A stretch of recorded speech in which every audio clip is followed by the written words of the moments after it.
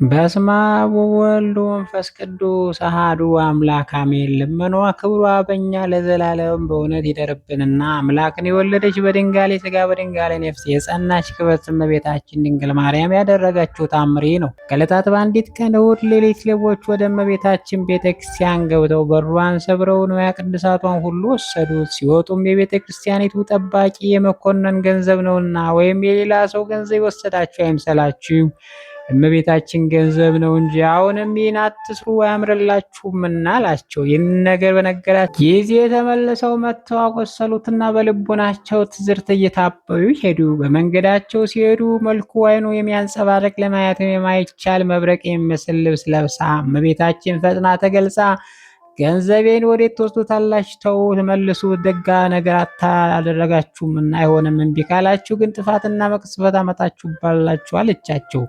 እነሳቸው ግን ይህ አይሆንም ብለው ጥቂት አለፉ። ሁለተኛም ተገልጻ ታይታ እንደ ቀድሞ ነገረቻቸውና አይሆንም አሏት። ሶስተኛም ተገልጻ በፍጹም በመቆጣት ነገረቻቸው። ነገሯንም ሳይቀበሉ መንገዳቸውን ሄዱ።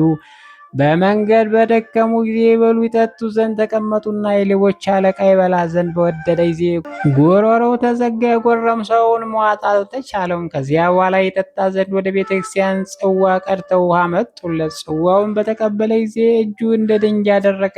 ጽዋይቱም ወደ አፉ ሊያቀርባት አልተቻለውም። አንገቱም ተጠምዞ ወደ ጀርባው ተመለሰ። ሌቦችም በእንዲህ ያለ ግብር ሳሉ እመቤታችን ባልቴት ሴት መስላ ወደ ሹሙ ቤት ፈጥና ሄደች። በዚያም በሌሊት የተገልጻ ቀሰቀሰችው። እሱ ግን እየፈራ እየተንቀጠቀጠ ከወዴት መጣሽ? በዚህ አገር አንቺን የምትመስል ሴት አላየሁምና አላት። እመቤታችንም አገሬ ስዋዳ ይባላል፣ እኔ ግን የሚሻውን ታደርግልኝ ዘንድ ወደ አንተ መጥቻለሁ አለችው። እስቲ የምትሽውን ምንድነው ነገሬ ብሎ ጠይቃት።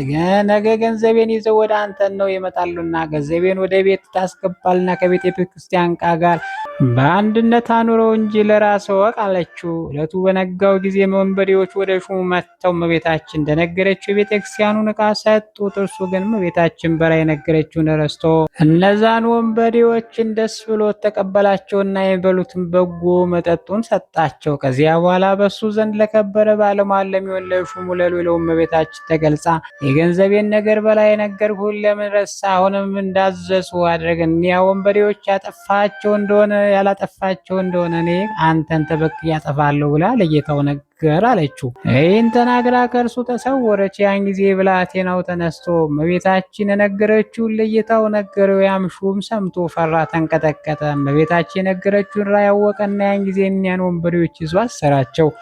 እሳቸው ግን የተደረገውን ሁሉ ሹሙ ነገሩት። ከዚያ በኋላ አለቃውን ያመጡት ዘንድ ወደ ቤተ ክርስቲያን መልእክተኛ ላከ። የሹሙን መልእክት በነገሩ ጊዜ የቤተ ክርስቲያን አለቃ ተነስቶ ወደ እርሱ ሄደ። ሹሙን ከእመቤታችን እንደነገረች የነገረችውን ገንዘብ ከቤተ ክርስቲያን ዕቃ ጋር አስቀምጥ ያለችውን እንደዘነጋ ነገረው። የቤተ ክርስቲያን አለቃ ይህን ሰምቶ አምላክን የወለደች በድንጋሌ ሥጋ በድንጋሌ ነፍስ ከጸናች ከክብርት እመቤታችን ታምር የተነሳ ፈጽሞ አደነቀ። ያን ጊዜ ሹሙ የቤተ ክርስቲያን ዕቃ እንደተገኘ የሚነግራቸው መልእክተኛ ወደ ዋዳ ሰዎች ላከ። መልእክት ሰምተው ዋዳ የሚባል ሀገር ሰዎች ሁሉ ከሽማግሌዎች ጀምሮ እስከ ሕፃናት ድረስ ክርስቲያን እስላሞች ሳይቀሩ ጹብ ብለው እያደነቁ በፍጹም ደስታ መጡ። ወደ እርሱ በደረሱ ጊዜ ከመጀመሪያው እስከ መጨረሻው ድረስ ያየውን ሁሉ ነገራቸው። ከዚያ በኋላ ሹሙ ለዋዳ ሰዎች የቤተክርስቲያን ዕቃ ሰጣቸውና እግዚአብሔር ድንቅ ታምራት የምታደርግ እመቤታችን እያመሰገኑ በፍቅር ሄዱ። እኒያ ወንበዴዎች እኩሌቶች ድዳ ሆኑ፣ እኩሌቶች አእምሯቸውን አጥተው ጠፉ። የእኩሌቶችም ዓይናቸው ሹሙ እያወጣ ጣለው።